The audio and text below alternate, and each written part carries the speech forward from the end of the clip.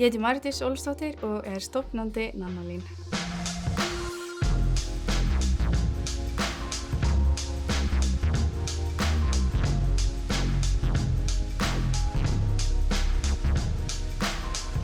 Styrkurinn úr sóknaráætlun Norðurlands eystra gerður okkur kleift að einbeita okkur að þeim verkþætti að þróa áburð fyrir þetta sérstaka leður okkar sem er endurmótað fiskileður. Þannig að það var alveg dýrmætt að fá þær niðurstöður sem einmitt að því miður þá getum við ekki notað íslensku tólkina eins og við ætluðum fyrst því að hún leggst bara utan á leðrið og nær ekki að smjúga nógu vel inn. Heldur fundum við út bara með heimildaleit tegundir á fitusýrum og fundum að möndluolía svipar til laxarolíunnar og smýgur einstaklega vel inn í leðrið.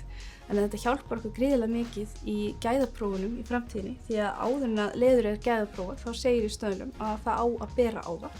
Og því betra leður sem við fáum fyrir prófanir, því betur komum við út. Næstu skref hjá okkur í Nannalín er að halda áfram að þróa leður okkar og nýta þær niðurstöður sem að komu út úr þessum verkþætti. Þannig að akkurat í bili þá getum við sagt lokið við þróunina á leðuráburðinum þangað til lengra er haldið. Þannig að það er mjög gott að vera búin að klára þann þátt og við erum mjög ánægð með þá vinnu sem að kom út úr þessu öll saman.